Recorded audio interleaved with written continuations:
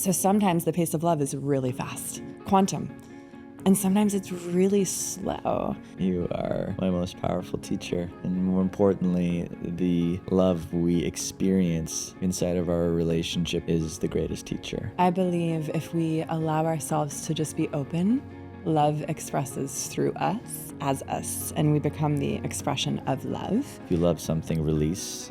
If you love something, there's no attachment. The more I let go and let you be, the more I felt you actually come back into resonance. Yo, what's up everyone, and welcome to this incredibly special episode of Stay Grounded with my beloved partner, Natalie Adele. Natalie's been on the show a few times. She came on last summer, I believe, to talk about feminine embodiment and the work she does in the world, which is incredible. So if you haven't listened to that episode, go listen to it. We had a Burning Man recap. And now she's coming back onto the show to talk about something very, very, very important to us. And what I personally feel is one of the most important things we can be talking about, which is how to treat love as a master teacher. Love, partnership, intimacy, union has an intelligence of its own. And when we forget that, we fall back into patterns of fighting. When we forget that, we fall back into patterns of chaos. When we forget that, we have a hard time finding our footing when things are uncertain or lost or when there's emotion at play. But having the frame of treating love and intimacy as a master teacher for you to learn more about yourself, for you to step into your highest and best good, and ultimately for you to step into deeper levels of devotion to the person you're with, or yourself, or God, is one of, in my eyes, the most important frames we can have to create more powerful relationships. And so that's what Natalie and I talk deep on this week's podcast. We share our journey of falling in love and then falling out of love and then falling back into love, and the weaving of how we were able to go through so many different cycles of relationship gracefully and not so gracefully, while also sharing the rituals and practices and the lessons that we're learning on our journey of love, so that no matter where you are in your own path, you have tangible takeaways to imprint in your own awareness as you move through life, leaning into love as a master teacher. So hope you enjoy the episode, and hi, sweetheart. How was that, hearing me like do that and then do this? Just, woo, I just kind of like turned shift over. and focus. Oh, I love you so much. I love you too, baby. And what a journey we have been on and continue to be on. Yes. You are my most powerful teacher. And more importantly, the love we experience inside of our relationship and the love your mirroring brings forth in my own sense of self is the greatest teacher. So I'd love to, before we dive in and set context for where we are and how we got here, I'd love for you to just speak to, when I say love has an intelligence, what does that mean for you, and how has that concept and that frame guided your choices in relationship, in our relationship specifically?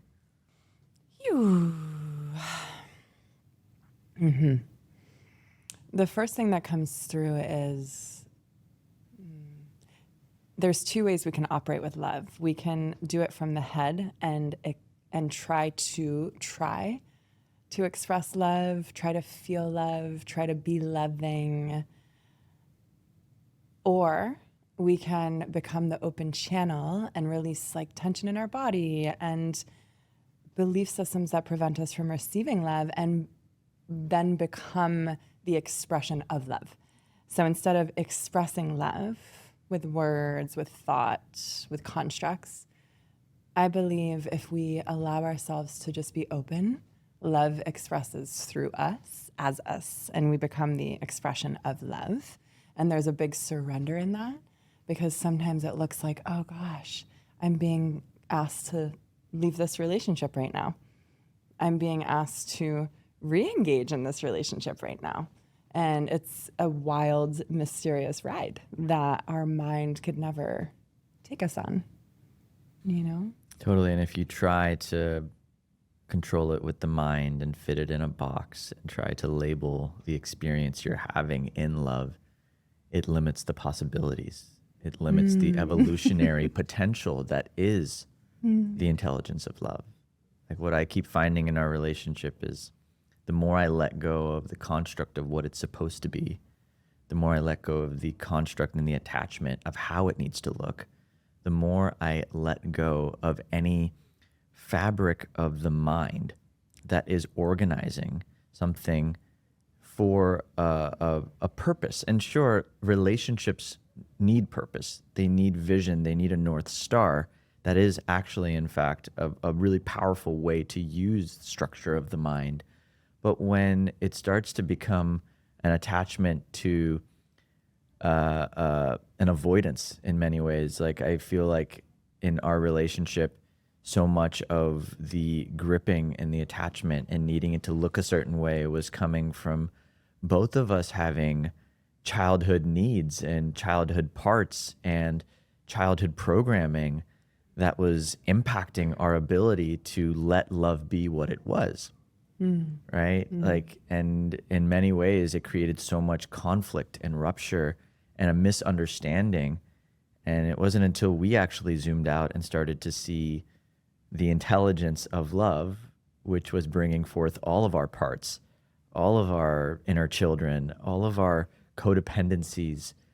It wasn't until I mean, to me, like, it wasn't until we actually came to that frame that I feel the relationship structure really started to form. Like before that, it's like you try to create a relationship on these foundations that you think are true, but they're really just constructs of the mind that are designed from a psyche that was imprinted by other relationship structures that aren't actually healthy, that aren't actually in alignment with deep soul level intimacy. And so it's like we needed to break up in some ways, say goodbye to our first, like we met in April of last year. When did we really start dating? We started dating in April, had one of the most gorgeous, wild, mysterious rides of love. Fast. It was very fast. It was very quick. It was like, okay, let's get there as soon as possible, because it's almost like where were we going? Where well, was that's the thing. there? It was like there was this unconscious driver that was pushing us to move so fast. And then that ultimately led to crumble. And in that, I think there's been a lot of beauty for us to see the truth of what was actually happening. Yes. Can I speak to pacing? This is coming through of like, we went 0 to 100, the first iteration of our relationship. And I love that about us. I love that we both are all in, courageous, like nonsensical, maybe a little reckless to some degree.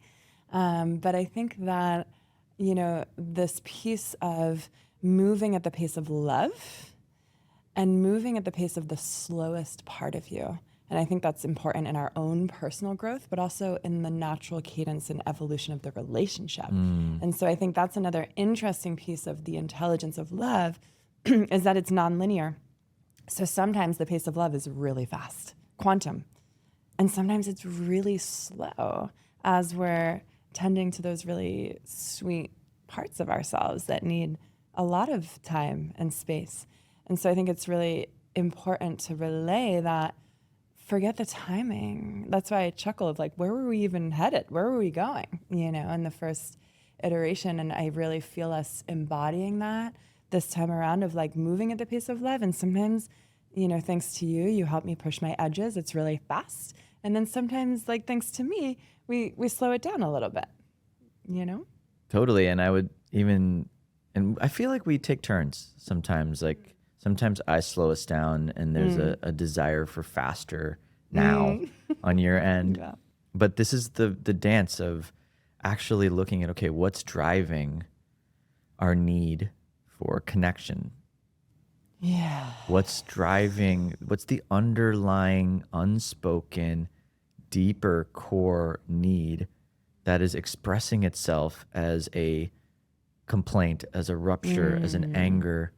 Like, what is it? What is actually there?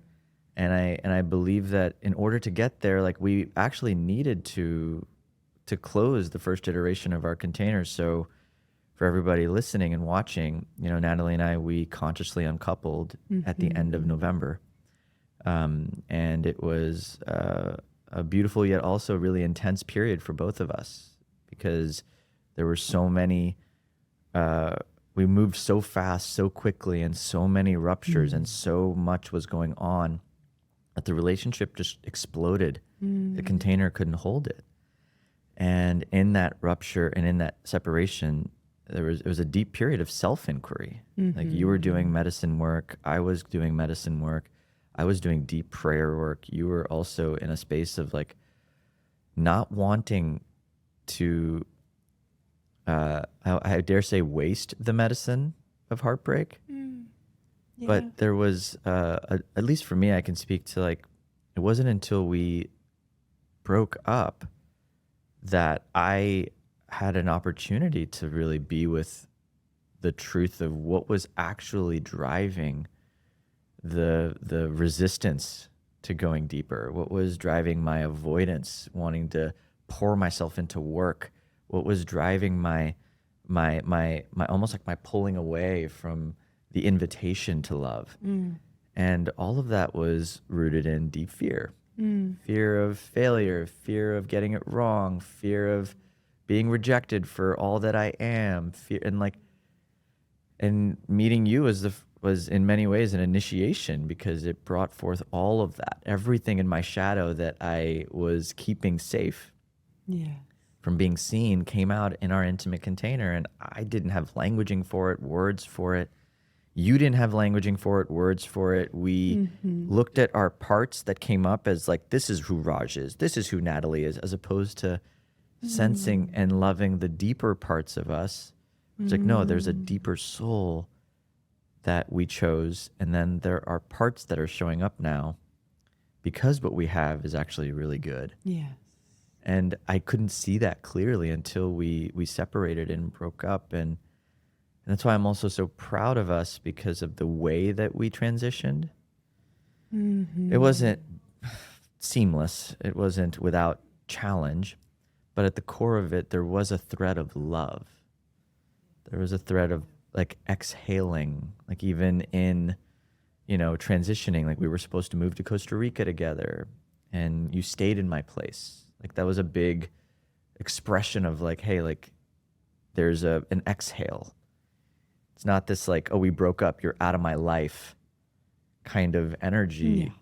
And I think that's how we can even speak to that, maybe like how breakup culture is and how what we learned in that, because I think most people don't break up well, and it actually ruins any opportunity of potential reconnection, if that is the truth, because nobody knows what happens next. All we know is that what was has to die. So I'm curious if you could speak to the art of transitioning, because you actually taught me a lot about this, like the ritual of transition and the ritual of closure and completion. And yeah, I'd love for you to chime in there. Yeah, totally. Well, the first piece is a lot of our trauma, comes forward in relationship and in breakup, and and actually the relational trauma gets perpetuated in breakup. And then if we're not doing it consciously, and then we bring that into the next relationship. And so I'm an advocate of energy hygiene and transitioning from one thing to another, whether you're moving, transitioning from one archetype to another, maid into mother, transitioning, to a different job, all of these transitions that we go through in life. are moments to really bring in high ritual. And when I say high ritual, I just mean full presence, really, to collect and gather the insights and to also collect and gather any fragments of your soul that are still intertwined with the other person. Being intimate together as a woman, like you are intertwined into my body, into my very being. And so having transition is also important for my vessel to recalibrate and come back to like 0 point as well. And so I basically replicated how I transitioned through anything into our container. It wasn't really something I'd done before, but we decided to go into no contact. So by that, I mean, we actually blocked each other on social media. And I think that's a beautiful act of self-care and self-devotion, because we all know how it can go sometimes with exes, is we're like just tracking them and then also we can post and, hope that the other person sees, or, try to manipulate the energy field through our social media posts, which is a huge siphon of energy. That's energy, you'd use the word waste, that you could be utilizing to cultivate deeper awareness, deeper insight, deeper self-practice, and just calling all of yourself back home. And so the no contact and holding that boundary to really allow ourselves to feel the pain and the absence and the loss, while knowing deeply that it's not an abandonment. And I think that's like the nuance, is how to create these, we'll call them strict or disciplined containers of no communication, and how to do it in a way that isn't re-traumatizing the abandonment and betrayal wounds. I'm curious what your reflections are on that piece. Oh, yeah. I mean, what I loved most was when we chose to close out the container, there was already a future date planned for us to connect. Mm-hmm.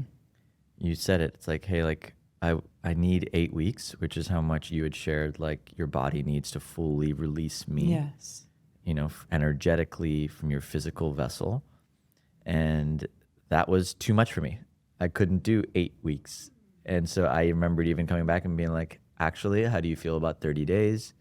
You're going to be in Nosara. I'm going to be Christmasing. Like when I come back in town before we're in community and doing all the things, like, how do you feel about just coming together? And that was a conscious moment to decide, like, we're actually going to have a check-in. Yeah. And that rested my nervous system. And that was really helpful for me, because I think I had this belief that breakups meant like, whew, like you sever.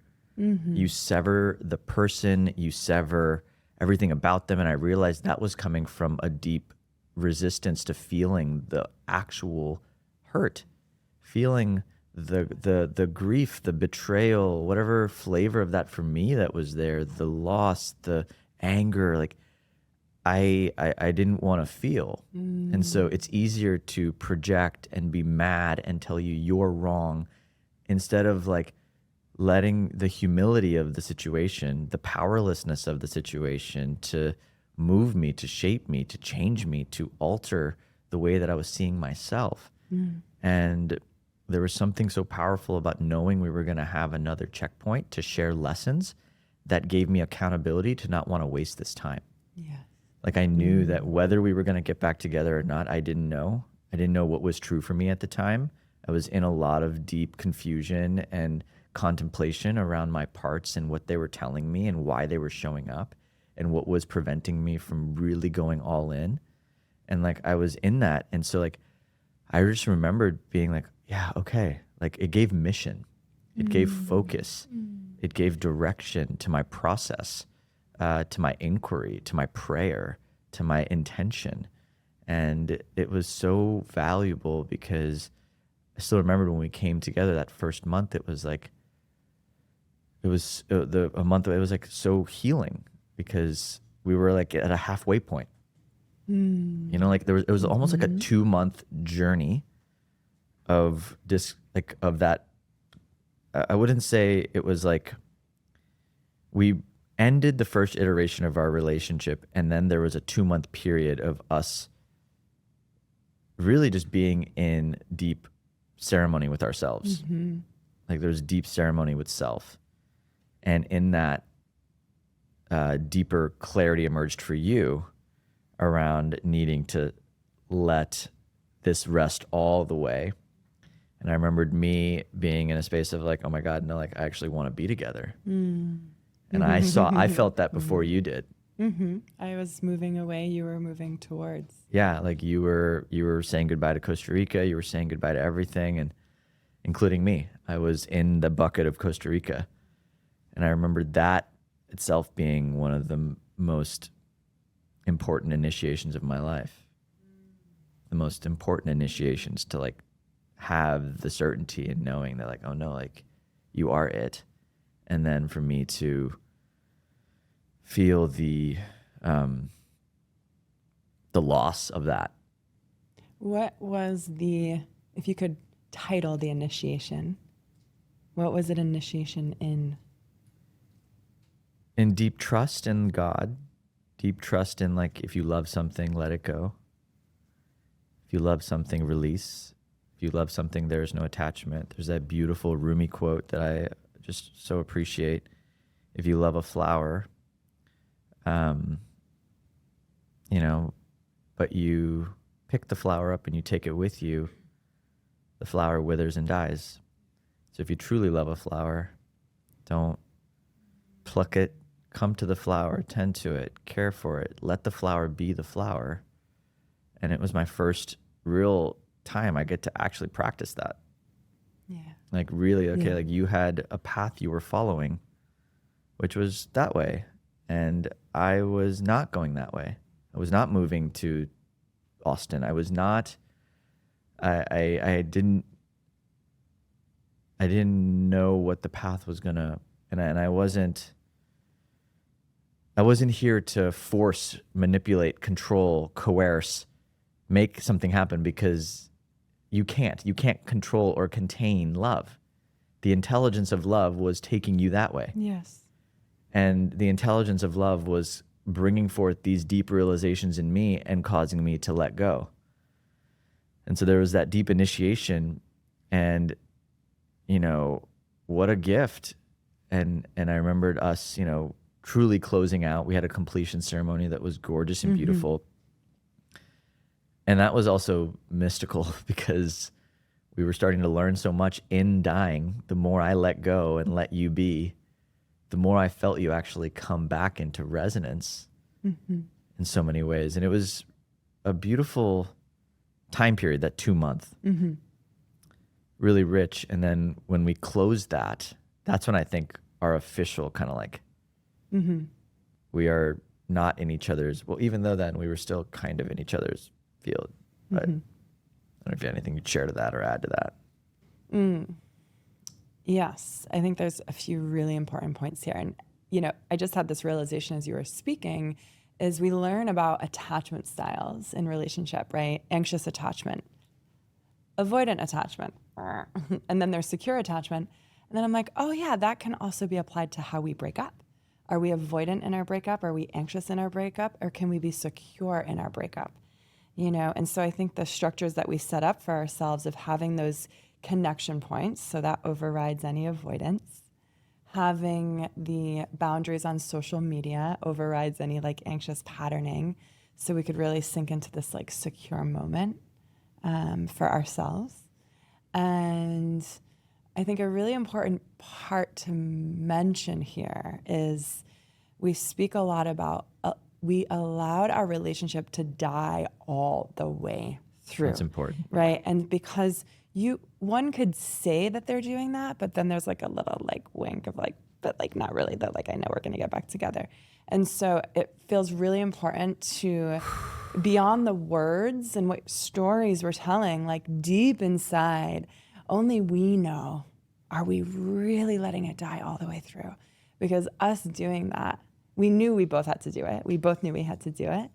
And that is what allowed for, and I made the reference to like a funeral a lot, because as we, and we'll talk more about this later, but as we started to on-ramp a different iteration, I was like, wait, like we're still at the funeral of our old relationship, and where the casket's going into the ground and there's a moment of silence after, and then you place the soil on top of the casket, and for a few weeks, months, you see the mound, and then slowly, somehow, grass grows over, you come back and visit, you put the flowers, and then a new relationship forms.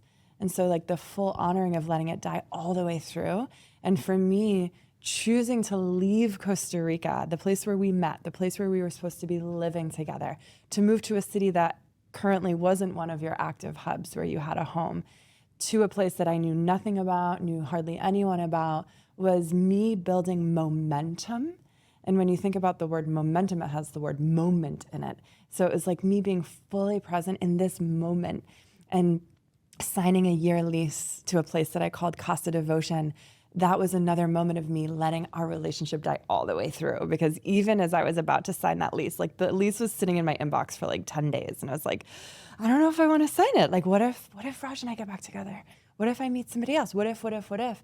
And so that signing of the lease and deeper choosing of myself and deeper choosing of this pathway that I opened for myself was like the piece, I think that final piece that allowed full alchemy and space of our relationship, all the while still deeply loving you. Oh, yeah. I mean, I'm so glad you brought forth and what you just said, like, you can allow something to die all the way and still deeply love another person. It's like, this is the piece I think that it's like, love is not this like, oh, I love you only because we're together. There's so many layers of love, right? Like, and so like, and you're always going to love the people that you shared intimacy with. Like, you'll share a depth of love. May not be romantic love, and that may grow and evolve, but I think it's really important to come back to like, one of the things I think that really gave me an anchor, especially as we were transitioning out, was like, I just want what's best for you. I just want what's best for you. And there was and like having that in my heart as we were transitioning was like so important, because it really was like, hey, like when I really zoomed out, I was like she needs to go to Costa Rica, or she needs to leave Costa Rica. I knew how good that was for you. I knew what that meant for your life and your own spiritual path. I was like, she needs to say goodbye, and that means I have to die. Yeah. And like, so having a beautiful connection to that, like, was so important for me. It was like a real important devotional practice to like let myself die all the way through, and let this thing that I wanted so badly to die all the way through. And in some ways it was like climbing a spiritual Mount Everest. And I remembered after we did our closing, I'd never felt more free. It was like the hardest thing I'd ever done. And I felt it all the way through. And I remembered going through all these different business challenges, and there's things happening in the world that like I was like navigating, and I was like, oh, this is a piece of cake. Like, because what I feel we did was so hard. And I think that is the medicine that heartbreak can be, when you allow something to actually die all the way through and you shut all the doors. Maybe not all the doors. Like, I don't even know if all the doors can be shut. It's like, that's the function of the mind. The mind is like, final. I'm going to close everything. I'm going to kill everything all the way. It's done. And like, that's what the mind does. And I think that level of conviction is important. But what I realized is like, what's true can never die. And so even though you go into this, like, I'm killing everything all the way through, even after we closed, all I felt was a deep love for you, a love without attachment. And so then when we met again, a month and some change later, like, I was still deeply in love with you, but without the gripping of like, oh my God, what if I'm going to lose her forever? Yes. And gripping strangulates life force. So gripping strangulates the intelligence of love. And it's like, I was joking with Christopher Life the other day of how maybe every couple should just go through 1 to 2 breakups, to really just purify the field, because so many of us, and like traditional relationships are operating with a low hum of fear. We're operating from a low hum of like, what if I lose this? What if I lose this person? And again, it's like a little subtle vibration that's perpetually felt in the field, consciously and unconsciously. And when you were speaking of like wanting what's best for each other, there's this phrase of like, I love you more than I love us. You know, and I think that is deep devotion, a deep devotion. And I think maybe eventually that shifts in relationship, like maybe the us becomes the guiding force. I don't know. Well, that's what's so beautiful about team love, right? That was a phrase we'd kind of coined in our separation, which was like, there's like, you said this so beautifully. I remembered it was the metaphor of a tree. It was like, and because I was having such a hard time letting go of the attachment to us. And I think the way you had explained it was there's a beautiful tree that we grew together, and we poured so much love into it. And that tree now, Raj, like we can just sit underneath it and experience its shade. Rest against it, Experience its shade. We don't have to keep pouring into growing the tree more. We don't have to keep building a big garden around it. Like we can just let it rest. And if there is something new to come, it'll be a new tree, a different tree. Because what this tree represented did not actually serve us long term. Like the construct that held that relationship clearly died for a reason. So treating it as such is so important for whatever is going to come next. And we can treat this tree as team love. And I remember the team love concept being so powerful for me, because team love doesn't necessarily mean that we are together. We could be best friends. We could be friends and allies on team love, right? And as allies, how would I want us to support one another in this next chapter of life, right? And how can we set ourselves up to have the most harmonious upward spiral, supportive, while also deeply honoring and choosing self, like type of relationship? And it was a whole new world, babe. Like I'd never consciously, I mean, I guess every relationship has gotten me here to this point where I feel we can be in a conversation like this. You know, it's like every single moment has prepared me to have these types, and you as well, like all the things you learned from different walks of life came into this moment to teach us these things. But it was so new. It was a new paradigm. I was like, whoa, like the way we are showing up to this conversation feels really new and expansive. And I see how much we were growing as a result of it. And it set us up for this now, which is, I would say, like chapter 3. If chapter 1 was our first relationship, chapter 2 was our transition and our death portal. And now this is chapter 3. And I feel, because of the way we chose to move through each of these containers, chapter 3 feels rich and ripe with all of the compost from the last year. Yeah. And I'm curious, what principles do you feel have been most valuable to, as we step into this next chapter? Like, what do you feel is emerging in our container now that is just so different? Like, what's the lesson that we've taken into this container, and what are certain guidelines and principles that we're following to, in many ways, like upward spiral as opposed to like repeat patterns and lessons? Yes, beautiful. Well, I think the important piece is, as you mentioned, we had a closing ceremony.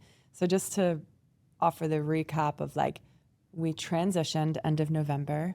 We had a container of how long we would go without seeing each other and set touch points in between so that we could go deep into our own process. We had a little plot twist of like, oh, Natalie's leaving Costa Rica. That's a surprise, and met up just before me leaving.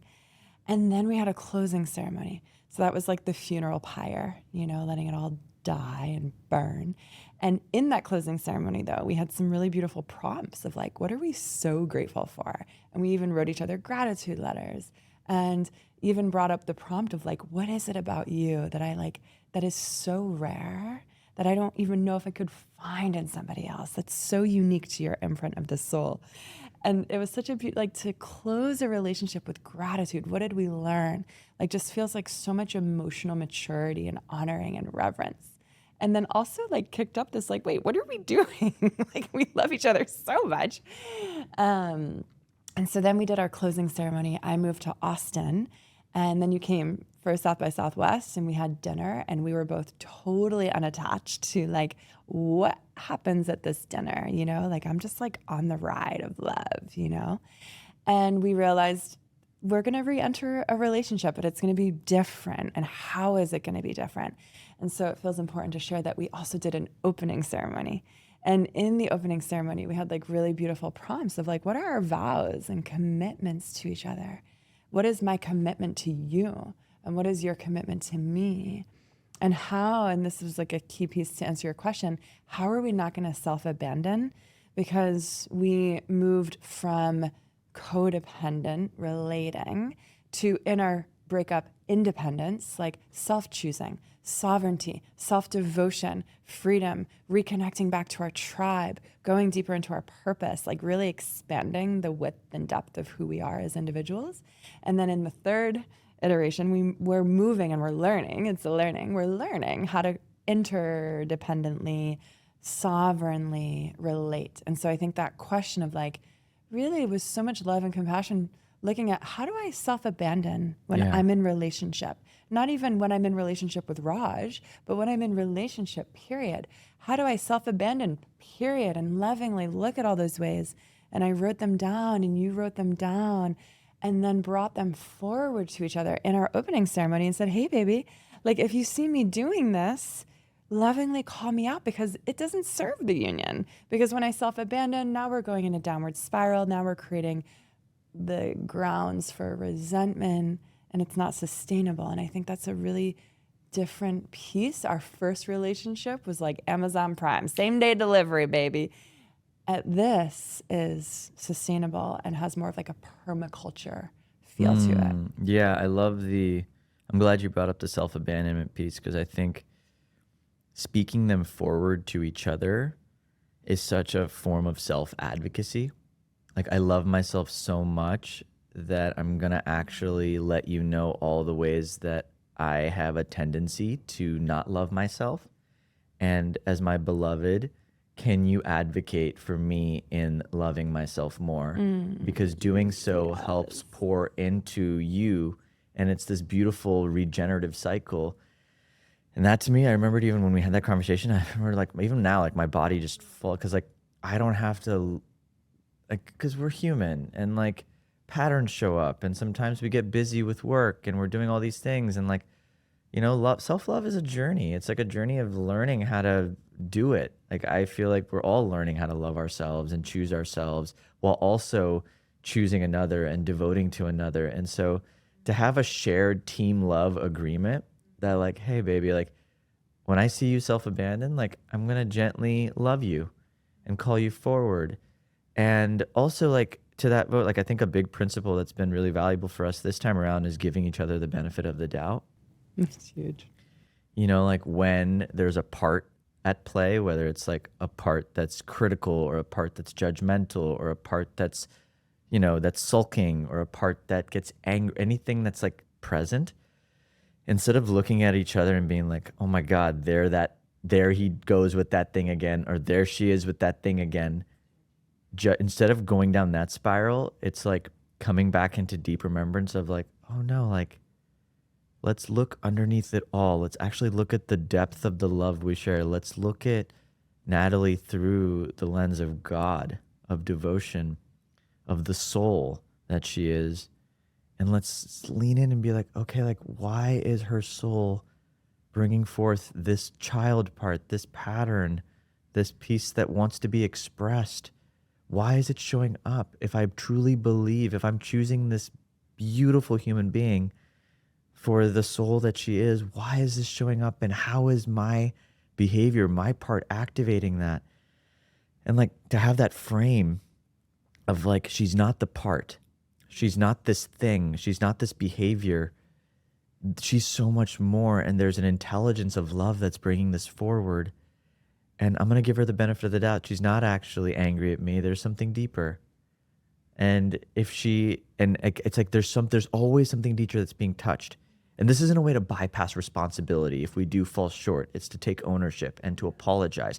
That's one of the commitments. That's a bigger one too, like benefit of the doubt. And also like, I feel like we're getting better. I wouldn't say like we're world class at this yet. Not yet. But we are we're quicker to apologize.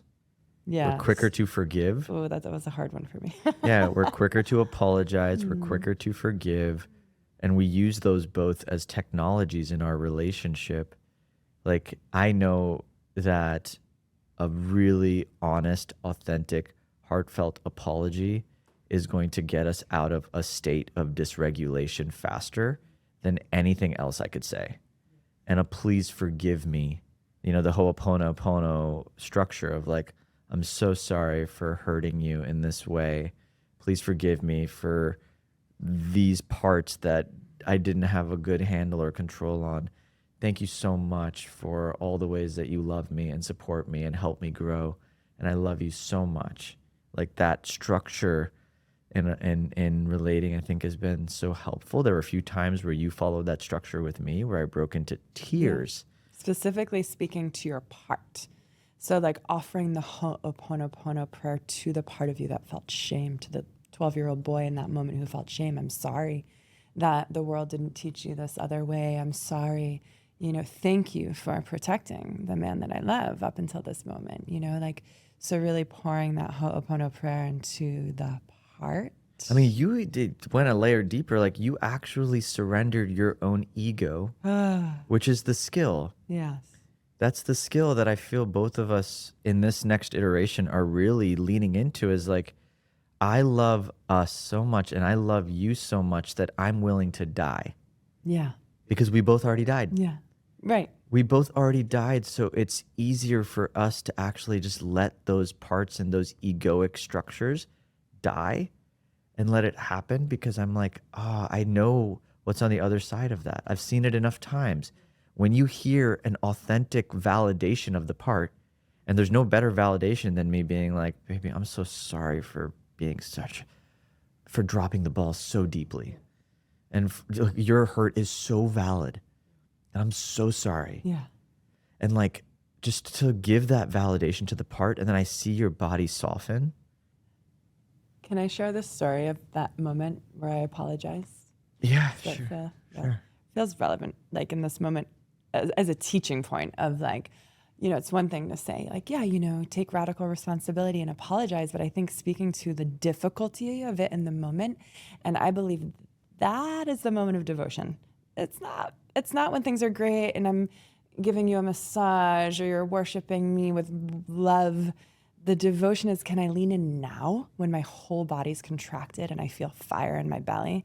Can I lean in now when I've forgotten that he really loves me? So I think those leaning in moments are those are the flexes of devotion. And there was one particular moment where, and this was we practiced our commitments. You asked, baby, like, can you apologize to me? So that was a moment of you flexing your voice, your expression, what you need. It was an edge for you. And I was looking at you and you were sitting across from me and all of my protectors were up. I had a really fierce one, front and center, holding the stance so fiercely. And I was looking at you and recognizing, this is a moment where Raj is advocating for himself. This is a moment where we're bringing all of our commitments to life. This is the moment that I get to choose differently in practice. Because it's one thing to write the commitments and create the Google Doc and have the opening ceremony, but then it actually gets actualized and you have a choice. And so I was sitting there and I was like, it was really hard for me to apologize. It was really, really hard. And I also knew I'm not going to do it if it doesn't feel true. So I had to close my eyes. And I think that's really important too, is not offering lip service, but rather give yourself time. Again, move at the pace of love. What do I need in this moment to actually truly locate the authentic apology and what's standing in the way. And I realized I love this man so much and I want to fulfill his need right now that I have to. If I want to do that, I have to let the protector step aside. And the moment I did that, How did you do that in that moment? it was a choice point.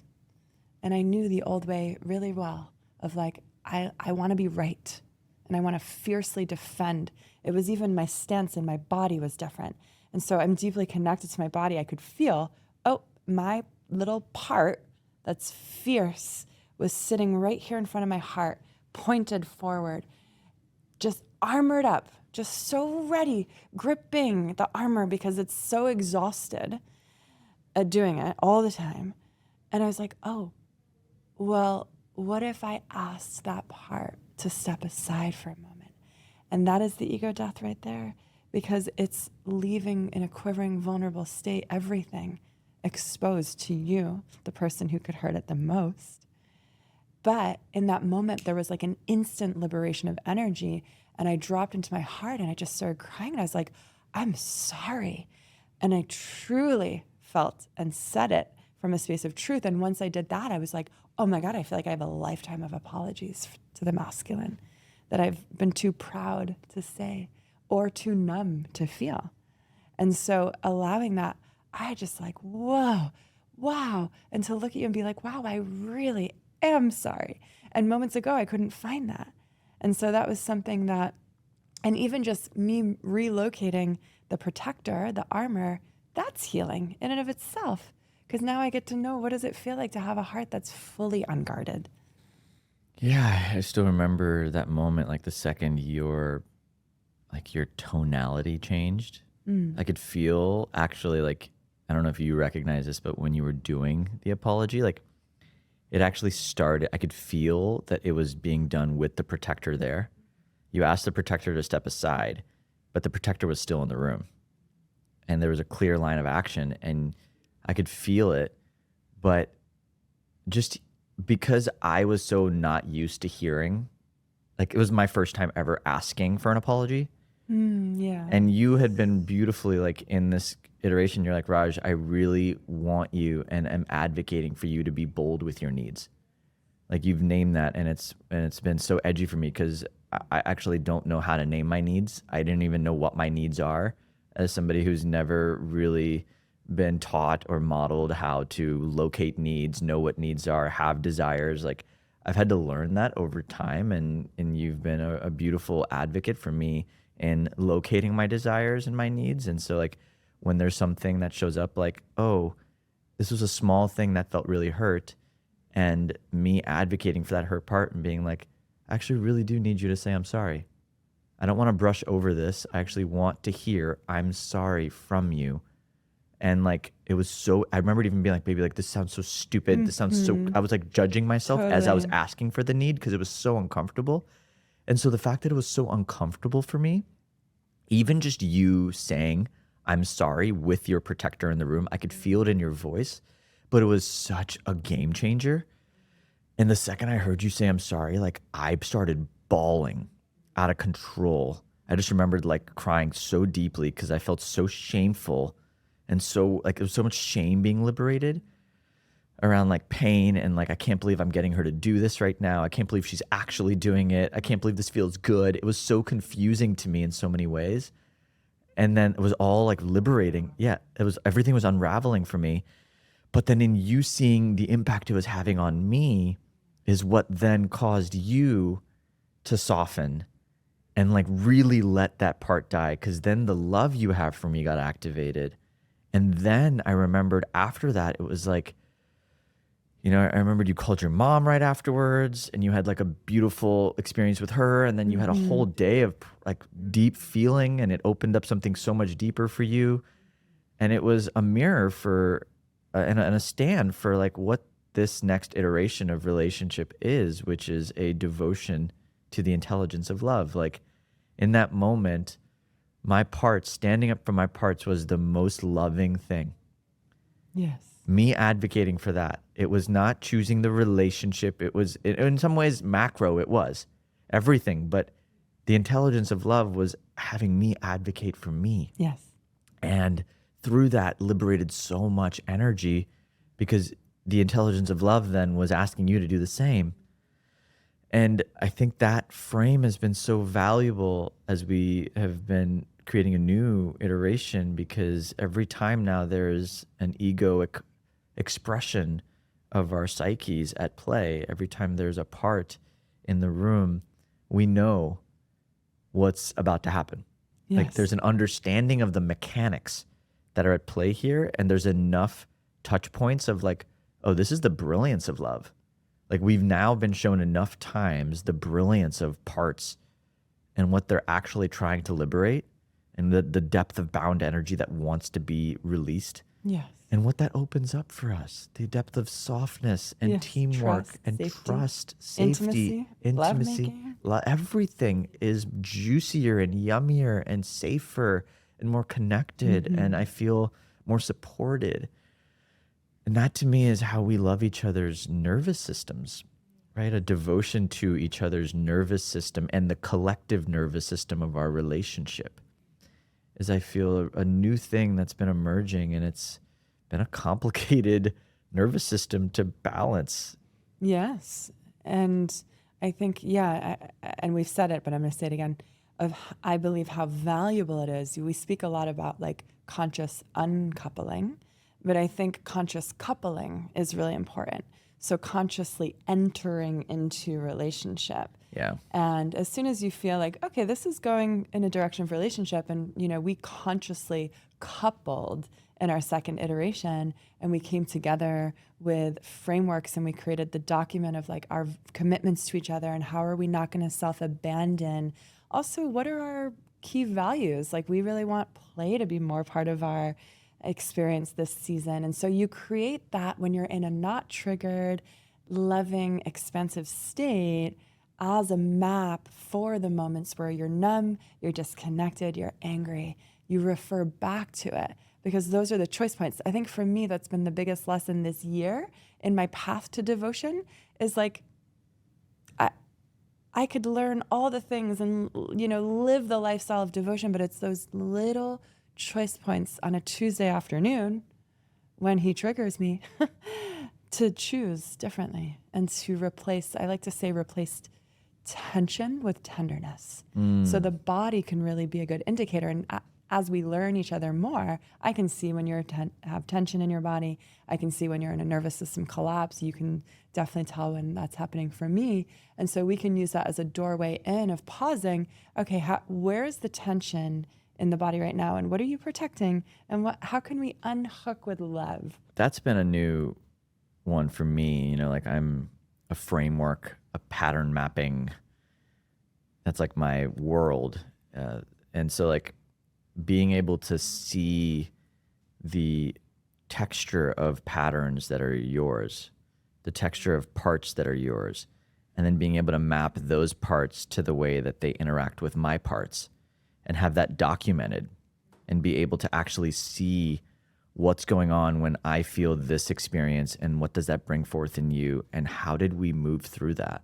What tools worked, what perspectives worked, what principles worked, and then to have a ritual, a consistent ritual to collect these insights and to document them, and to have them as almost like a constitution for our relationship, as something to refer back to, as something to guide our choices, as something to come back to when we are in conflict, as something to anchor in a lesson that we know is really important to us, allows us to, I feel like, has given me so much safety, because it's like, oh, we with ritual, like consistent reflection and contemplation and a devotion to capturing the insights, we're not going to make the same mistakes again. We can, but it's not likely, because we have guardrails when we forget. And that has allowed for so much more of an upward spiral of evolution. Like I feel like the depths that we're playing at now, like with some of the playing, like the spaces, the edges that we're meeting in our lives right now, and how our relationship is supporting each other in meeting those edges is only possible because we are having an active practice of digesting and composting and capturing the lessons along the way and holding them in a sacred container of reflection so that the foundation of our relationship is strong and the structures that hold the relationship are strong, and we are training our psyches how to love each other and how to be in awareness with each other as we grow and evolve and mature in our union. Totally. I think one thing that's really important is, I speak to women a lot who imagine that they have to be at a certain level in their self-love journey, in their emotional maturity level, in their devotional practices to have the relationship that they desire or to be with the man that they desire. And I think that to a certain extent, there's truth in that, of course, to know that you're safe, to be emotionally regulated, all of this. But then the relationship is the practice. I wrote you a letter a few days ago of like, I get to practice how to love with you. I get to fill the gaps that were voided from childhood with you. And I get to mess up and we get to like find the cosmic joke in all of it, And one thing we've learned in this iteration, and actually a commitment that you brought forward, was like, we're not going to just spiral in processing because there's an addictive quality to that. You and I are both very great with words and we're very intelligent when it comes to tracking our own processes. So it was easy and is easy for us to get into a loop of processing. And I think sometimes if a relationship at its baseline is missing sensuality and missing deeper intimacy practices, couples can use processing as a connection point. Ooh. And women use feeling triggered as a way to feel their body. Ooh. Yeah. Damn. Of like, oh my God, I feel alive. Let's replicate that. But there's obviously many other ways that you can feel alive, with pleasure, with vitality, with practices that bring you back to life.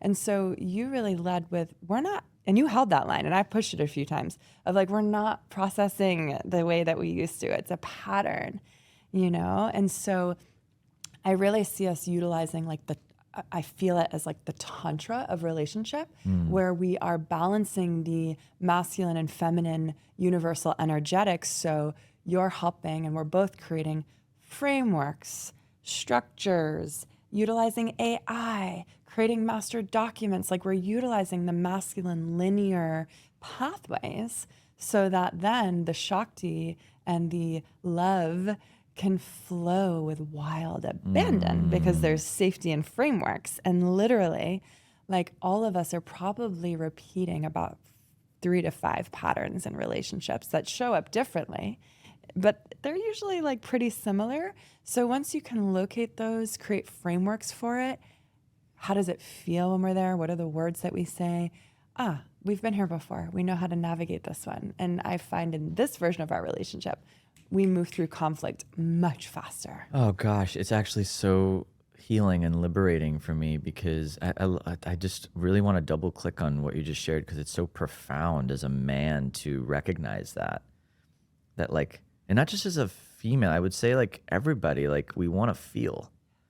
Like I feel that is like the grand challenge in society right now is we're not feeling. We're disconnected from our feeling, and relationships bring forth so much feeling.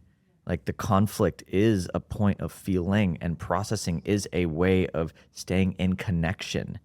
It's like there's a way of like, in fact, like I really love to say like the opposite of love is not hate, it's indifference. Right? Like the hate, the processing, the anger, like that's still connection. It still means you care. It still means you're putting in effort.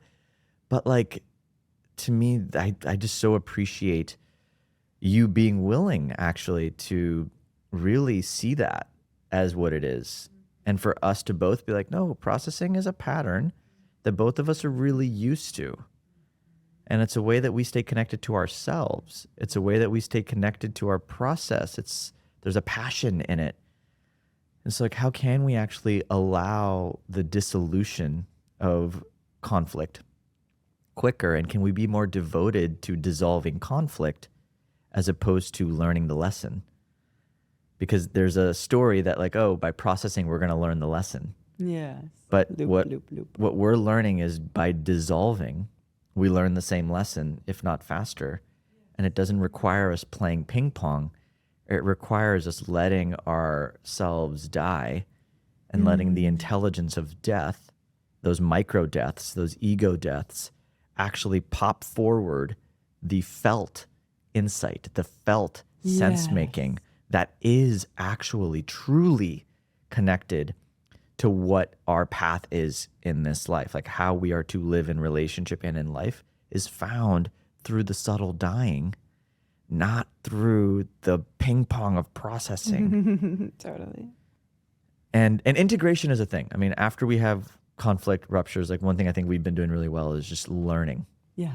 It's like, what did we learn? What did we learn over tea? You know, we'll have a morning tea practice where we'll talk about what we learned from the rupture, what we're celebrating and how we showed up. You know, like that's a big one. I feel like there's been a few moments in the last few weeks actually where there were ways that you could have gone down a familiar ski slope. I could have gone down a familiar ski slope, but we didn't. And then I remember us celebrating. I remember being like, baby, like, do you realize what we just did? And I was like, it's like truly worth like capturing that because that's reinforcement. Yes. And that to me is progress. Progress is, and so that's how I know what we're teaching and what we're sharing and what we're just really talking about right now is actually working. Yes. Because it's bringing us closer and closer and closer. Totally. And it's like, I love that you're bringing in celebration because science shows that the energy, the tone of celebration actually relaxes the nervous system because we're not celebrating if we're in fight or flight. We're not celebrating if we're feeling like we're in danger. There's actually a slowing down, expansive energy to celebration, and it sets the tone of safety in the nervous system. So it's like after conflict, bringing in go us, you know, I love how you showed up this way. I'm really celebrating myself that I showed up this way, is creating an imprint in the nervous system of rupture is safe. Conflict is safe. Like it's okay. And it stops this like push, pull, where I think a lot of people and couples get that sense of like connection and intimacy from. And I know for myself, I did have a little fear as we on-ramped our second relationship of like, oh no, if we're not talking about our relationship, like, is there anything to talk about? What do we talk about if we're not talking about like our ruptures, you know? And so I also think that a practice of, as you're unhooking old patterns, as you're releasing tension in the body, you're going to find spaciousness.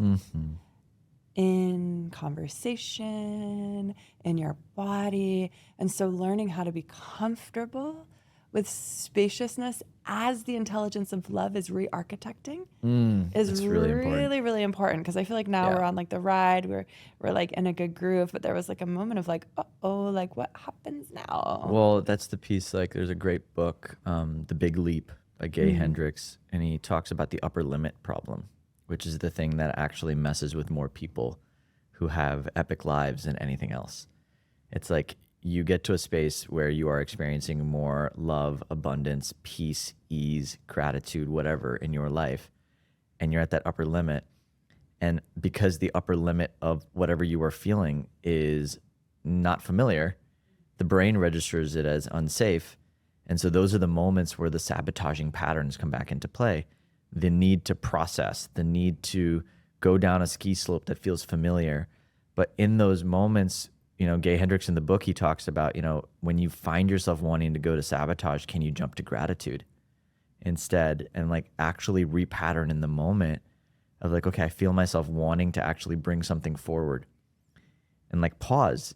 Like that's a big one for me. Like I remembered in our first iteration, like I would bring everything forward. Yes. Any challenge, anything I was noticing, anything like without any regard of whether it was going to serve our relationship, serve anything. It just like, I just felt like I needed to speak truth.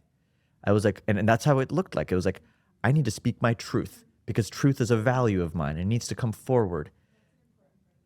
It's an important part of the journey. And later on though, now we are in this next iteration. It's like, no, actually like not everything needs to be brought forth. If it's not serving love, right? If it's not serving love. Now, don't withhold, don't lie, There's nothing in that realm, Mm-hmm. right? But that's why it's a realm of mastery.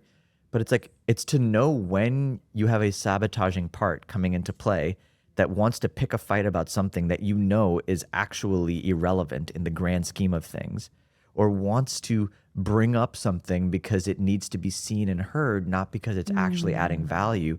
And to get honest with yourself about the self-sabotaging nature of your being, because we all have it, especially as we start to experience greater and greater and greater levels of what we want. Like, these parts are going to come up.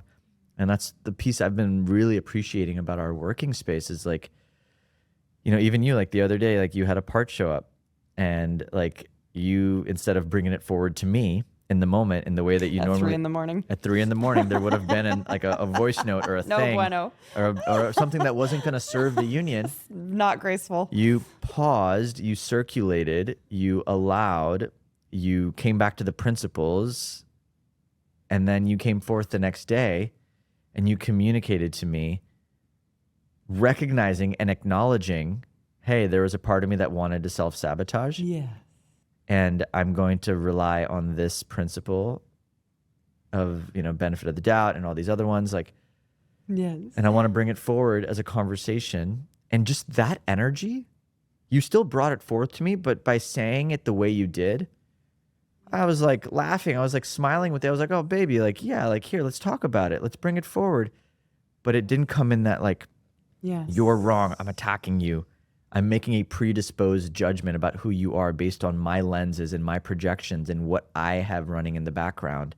And that piece has really been powerful, I think. Both of us are really owning our own responsibility to keep the relationship nurtured and alive Yes.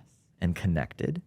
That feels like a really important piece, teaching piece too, as well, for relationship and just personal growth, is as we're evolving and changing and we're starting to unbraid from these deeply entangled parts and pieces and patterns and ways of being and ways of thinking, we again, we're slowly loosening the braid and we're separating and we're not merged with that part of ourselves. There's going to be a moment where you become the witness of, because it's so close, it hasn't even left the building yet, of like how you would have shown up, how I would have shown up in that moment, right? So when I was triggered last week, I knew very well the pathway I could have and would have usually gone down. I chose differently. And I think it was really important for me, as I was choosing differently, to express to you, hey, babe, P.S., like, this is what like old me would have done. And when I say old me, I mean like 2 weeks ago would have done, to teach you that like I'm choosing differently. And to celebrate that moment, you called it like a milestone moment. I think it's important to do that because it helps the self-awareness piece like really anchor in. If I didn't say that, you wouldn't have known like how significant that was for me and the choice point that I made. And, you know, these are the moments that make us, right? These are the moments that make us, or they're the moments that break us. And I can really see how every little piece is like we're leaning in the direction of like greatness and team love and benevolence and trust. Like self-trust is a huge piece of this journey of like, you're speaking to the part of like knowing when to hold something and refine. The word discernment's coming through. Discernment is the eye of the heart. You know, it is the vision of the heart. And withholding versus discerning, I think, is a really interesting topic of like, am I withholding information right now? Am I withholding love? Am I withholding truth? Or am I being discerning? And I think that's a really key like choice point. You know, even the word holding has the word hold. It's a grasping, it's a gripping, it's a strangulation of the intelligence of love. It's fear-based, it's manipulative, versus discernment. The field is still wide open, but there's choice and containment, and that allows more love to flow, more truth to flow. Yeah. Yeah. Where are we now on the map? Yeah, I feel really grateful. I feel super grateful that we're here. And like, I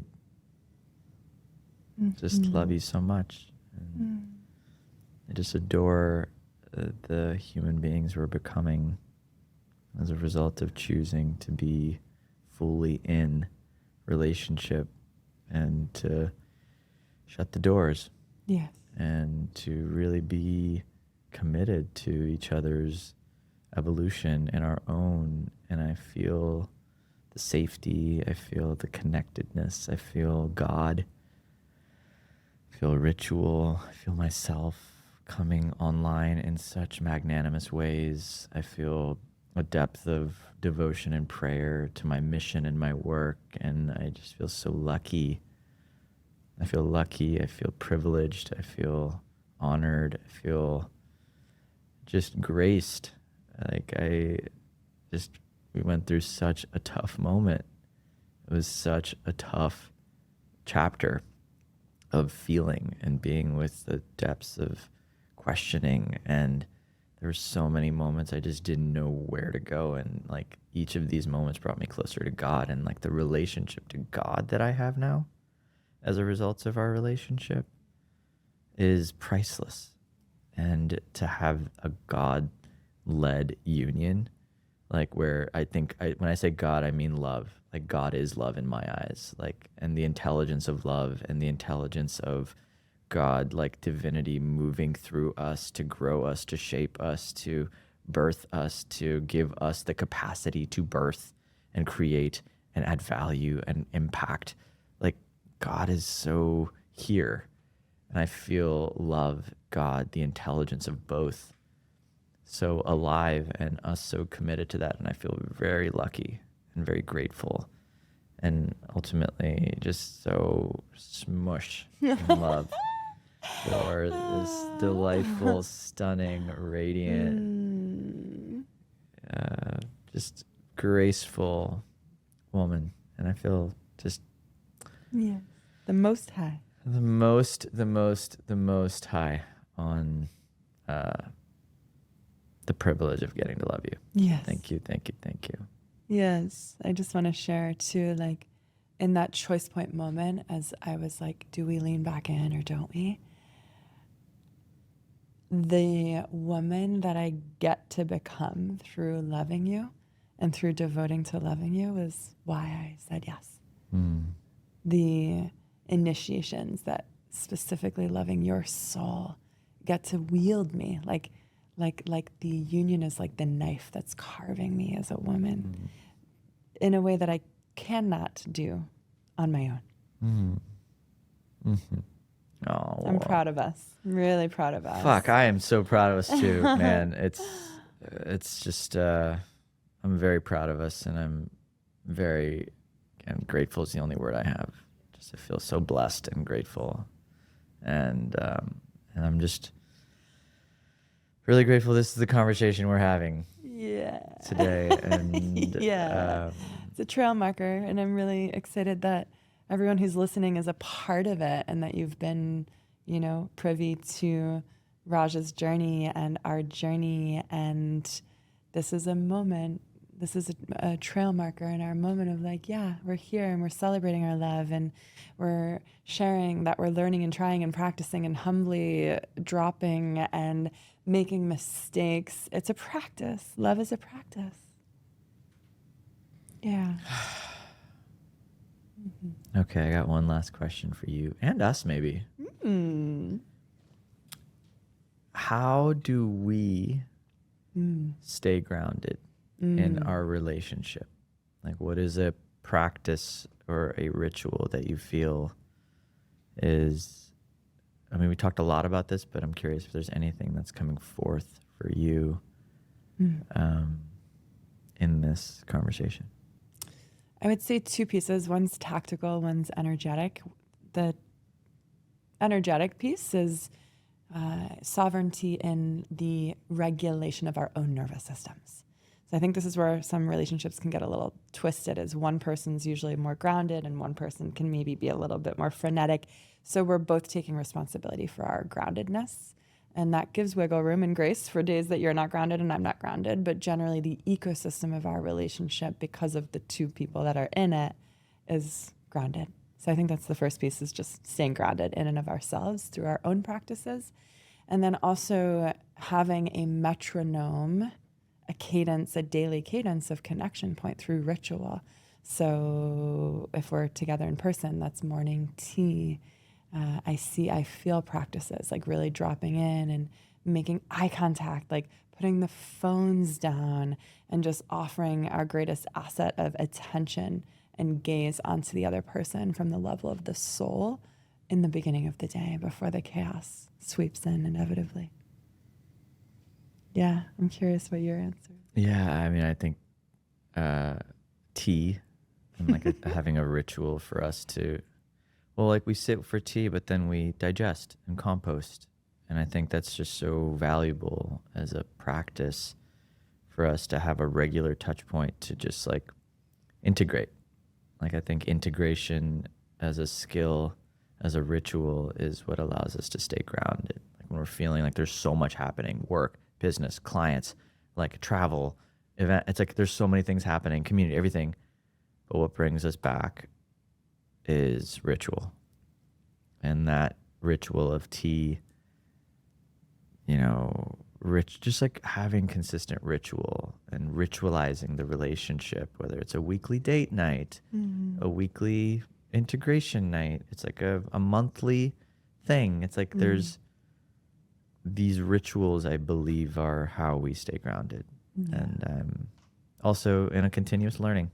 You know, there will be more things we learn as we grow and screw up and fumble and evolve. Yes. So. All right, sweetheart. Thank you for being you. I love you. Love you too. Mwah. Everybody, that's a wrap for this week's episode of Stay Grounded. I'm your host, Raj. This is your old friend, Natalie. And from us, stay grounded. Chat soon.